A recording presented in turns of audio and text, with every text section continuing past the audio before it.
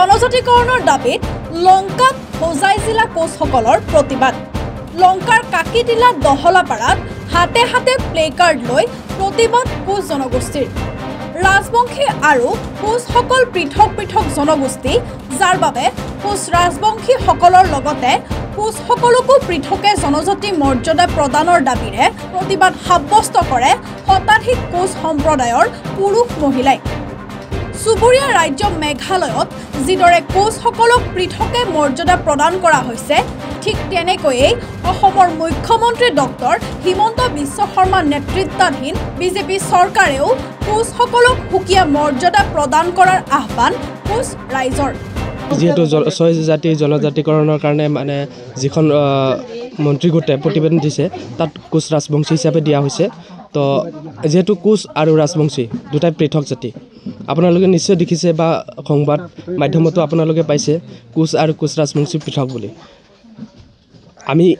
আপোনালোকে বহুতো উদাহৰণ পাব যদি আপুনি কোচ গাঁৱত যায়, যিসকল মানে ভাষা কয় কোচখিনি, তেখেতসকলৰ গাঁৱত যাব আৰু যিসকল মানে ৰাজবংশী হিচাপে তেখেতসকল পৰিচয় দি আছে বা কোচ ৰাজবংশী হিচাপে কৈ আছে, তেখেতসকলৰ গাঁৱত যাব। তেখেতসকলৰ যদি ঐতিহাসিক বিচাৰ কৰি যায় আপোনালোকে, তাত দেখা পাব আপোনালোকে যে তেখেতসকলে আগতে বা আজিৰ পৰা প্ৰায় 10 বা 15 বছৰ আগত তেখেতসকলৰ গাঁৱত যদি যায় আপোনালোকে, তো তেখেতসকলৰ ড্ৰেছ কি আছিল, তেখেতসকলে পিন্ধা উৰা কি আছিলে, তেখেতসকলৰ আচাৰ ব্যৱহাৰ কি আছিলে, আপোনালোকে নিশ্চয় পাব।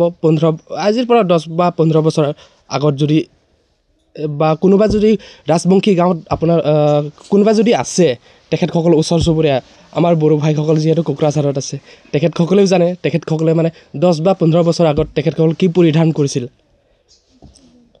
আৰু কোচ আৰু কোচ ৰাজবংশী মানে কোচ নামটো তেখেতসকলে আগত লগাই পেলাই মানে আমাৰ জাতিটোক বিকৃত কৰিছে, মানে কৃত্ৰিম জাতি এটা বনাই লৈ পেলাই তেখেতসকলে কি কৰিছে, জনজাতিকৰণ দাবী কৰি আছে।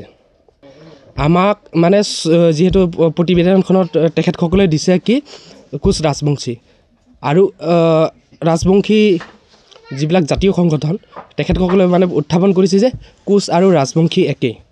কিন্তু আমি এইটো মুঠে মানি নলওঁ আৰু মানিবলগীয়া কথাও নহয়। তেখেতসকলে ST যদি কোচ ৰাজবংশী হিচাপে পাওক, আমি কোচ হয়, কোচ হিচাপে আমাক জীয়াই থাকিবলৈ আমি চৰকাৰক অনুৰোধ জনাইছোঁ। লংকাৰ পৰা প্ৰসেনজিৎ দাসৰ ৰিপৰ্ট, গ্ল'বেল নিউজ নেটৱৰ্ক।